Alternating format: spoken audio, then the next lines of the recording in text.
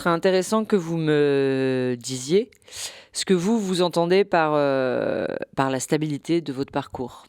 Moi, j'ai changé plein de fois, hein. Je suis allé dans au moins 4 foyers, une famille d'accueil, puis aller-retour entre chez moi, chez mon père et le foyer.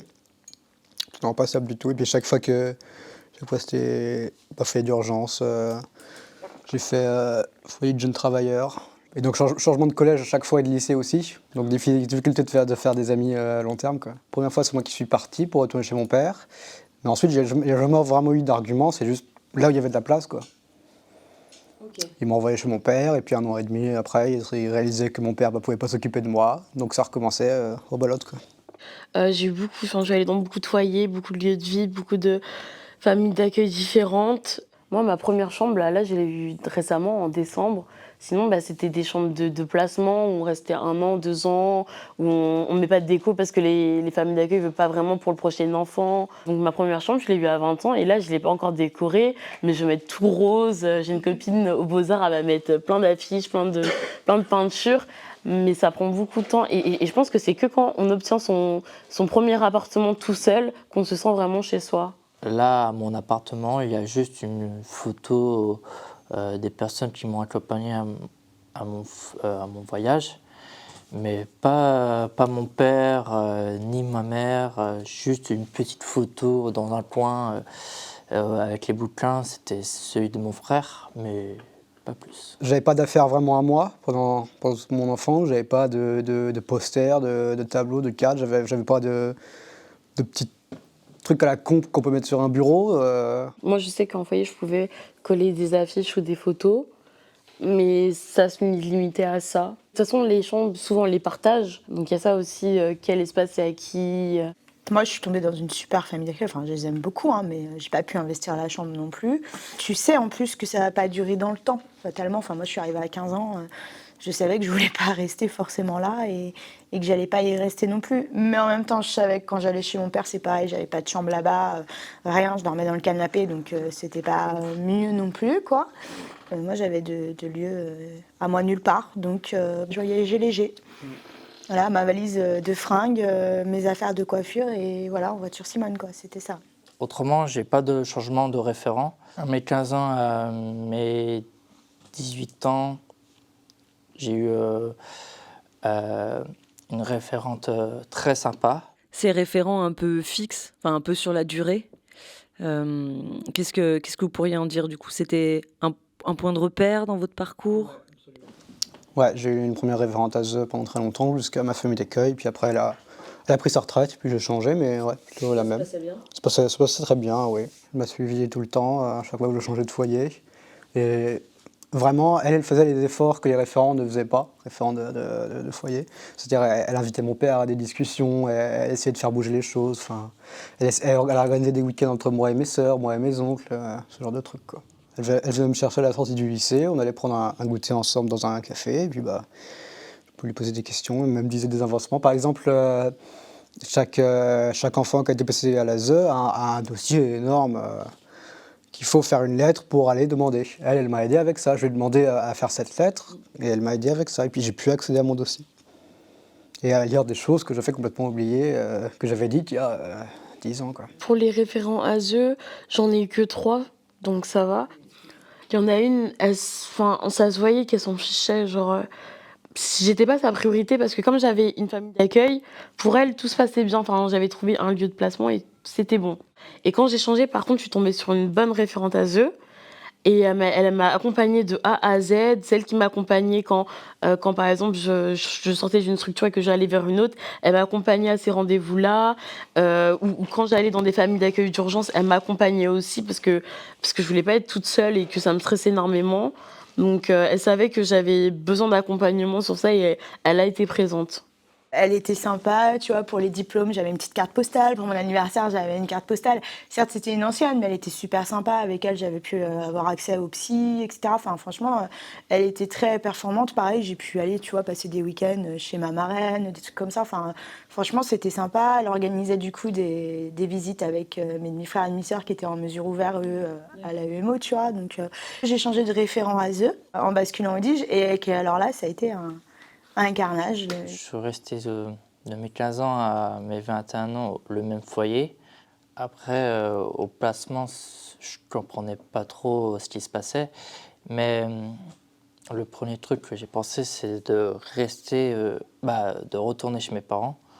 Mais ensuite, j'ai pris un peu de recul et je disais non.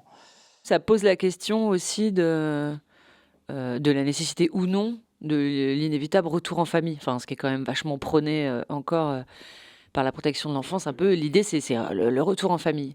Moi, je trouvais que c'était une erreur de m'envoyer dans ma famille. C'est absolument pas nécessaire et ouais, ça me mettait plus en danger qu'autre chose. Un retour en famille, c'est quelque chose qui a toujours été poussé par ma première référente ASE. Puis forcément, le juge, dès que mon père mentait, il buvait ses paroles. Puis forcément, tu as un enfant qui pleure, qui dit « je veux rentrer chez mon père, j'aime pas le foyer ». Le juge accepte, quoi. Enfin, c'est normal de laisser un enfant qui pleure rentrer chez son père et si tout le monde prouve que ça va, mais au final, ça allait pas du tout, quoi. Enfin, le juge et mes éducateurs voulaient absolument que je retourne chez ma mère, parce que ma mère voulait absolument reprendre notre garde. Et en fait, on avait des visites médiatisées qu'ils étaient forcés à la demande de ma mère. Nous, on voulait pas y aller avec mes sœurs, on pleurait, on voulait vraiment pas, et on le disait qu'on voulait pas, parce qu'on n'était déjà pas prête, et que ma mère, comme elle est très malade, des fois, elle fait des crises. Parce qu'elle est bipolaire, paranoïaque et dépressif. Donc des fois, elle fait des grosses crises et des fois, elle est violente. Et des fois, pendant les séances, elle l'était, mais on continue à aller la voir et tout. Et en fait, ça s'est atténué quand il y a eu une histoire. Parce qu'en fait, ils voulaient me marier de force quand j'avais 11 ans. Donc j'ai alerté l'ASE. Et du coup, j'ai eu interdiction de quitter le territoire français jusqu'à mes 18 ans. Donc déjà, ça c'est bien, ils ont fait quelque chose. Mais vraiment, genre, ils m'ont quand même forcé à plus aller chez ma mère alors que je voulais pas et que j'étais en âge d'exprimer mon choix. Genre, à 11 ans, quand un enfant te dit qu'il veut pas et que ça lui pèse pour lui, enfin, faut pas le forcer en fait. Moi, ce que j'aurais aimé, c'est que ma référente ASE, elle passe plus souvent chez mon père pour voir comment ça se passait. Constater, ouais. C'est ça. Et si elle faisait un peu plus de visites surprises, elle se serait constaté que on vivait dans la merde. Moi, de mémoire, j'ai jamais eu de visite de mes référents ASE, donc comme ça, c'est clair. Ni chez l'un ni chez l'autre. Encore moi, chez mon père, il habite en Vendée, parce que je pense qu'il serait passé là-bas, il se serait rendu compte du pourquoi je voulais pas aller là-bas. Hein. Après, ça a dérapé, puis j'ai dû aller chez mes sœurs pendant 3 mois, chez mes oncles et tantes pendant 3 mois, enfin, jusqu'à ce qu'enfin on trouve une place dans une famille d'accueil. Je deviens un poids pour le reste de ma famille, un peu, quoi. C'est cet enfant qu'il faut balader, on sait pas où le mettre. C'est ça. Il n'y a pas de place pour lui. Et puis aussi, quand j'étais en foyer au début, j'étais avec ma sœur. Et puis elle, en fait, elle était en internat, donc elle était très contente là-bas, elle était loin de chez mon père et tout. Et quand j'ai demandé de retourner chez mon père la première fois, elle a fait le sacrifice de venir avec moi parce qu'elle ne voulait pas me laisser tout seul chez lui. Mon père, il m'a volé de l'argent pendant des années. J'ai dû faire une demande de tutelle et bon, ça s'est passé à la fin, quoi, mais jamais il m'a rendu mon argent. Sur ça, ma mère, elle m'a volé beaucoup d'argent. Par exemple, vous savez, au début de l'année, on reçoit une somme pour l'enfant et tout. Et même aux 18 ans, on reçoit une somme d'argent par le département parce que apparemment, c'est une cotisation tous les ans. Et je sais que ma mère, quand à mes 18 ans, j'ai demandé l'argent, elle m'a dit je l'ai dépensé. Parce qu'en fait, le département s'était trompé dans le rentrée des noms pour les versements de l'argent. Et du coup, ça a été donné, tout a été donné à ma mère. Et moi, j'ai pas eu un centime. Moi, il me fallait une curatelle et je savais pas. Car, comme je disais, à ma sortie, je dépensais un peu de tout et n'importe quoi. Moi, genre maintenant, je suis sous curatelle et ça me va parce que moi, je sais qu'à un moment, j'ai eu l'héritage de mon père. Je l'ai dépensé en quelques mois. J'ai des grosses sommes d'argent. J'ai dépensé 500 € des fois par jour. Enfin, c'était horrible. Et moi, ça me torturait l'esprit parce que j'étais là, je peux pas faire ça. Enfin, ça se fait pas, c'est un héritage, nan. Mais j'arrivais pas à me contrôler de payer parce que j'ai pas la notion de l'argent. Et depuis que je suis sous curatelle, ma vie, elle est beaucoup mieux. On a tellement manqué de certaines choses parce que on n'avait pas grand-chose avec nous que plus tard, quand on se construit en tant qu'adulte, on a peur de manquer. Mais t'es pas la première personne du milieu que j'entends dire ça, en fait, et je me rends compte que ça devient une problématique. Moi aussi, j'emmagasine un tas de bordel chez moi parce que je me dis, mais on sait jamais, peut-être qu'un jour, j'en aurai besoin. Bon, c'est pas vrai, hein, fatalement, au bout d'un moment, je me résigne, tu vois, mais...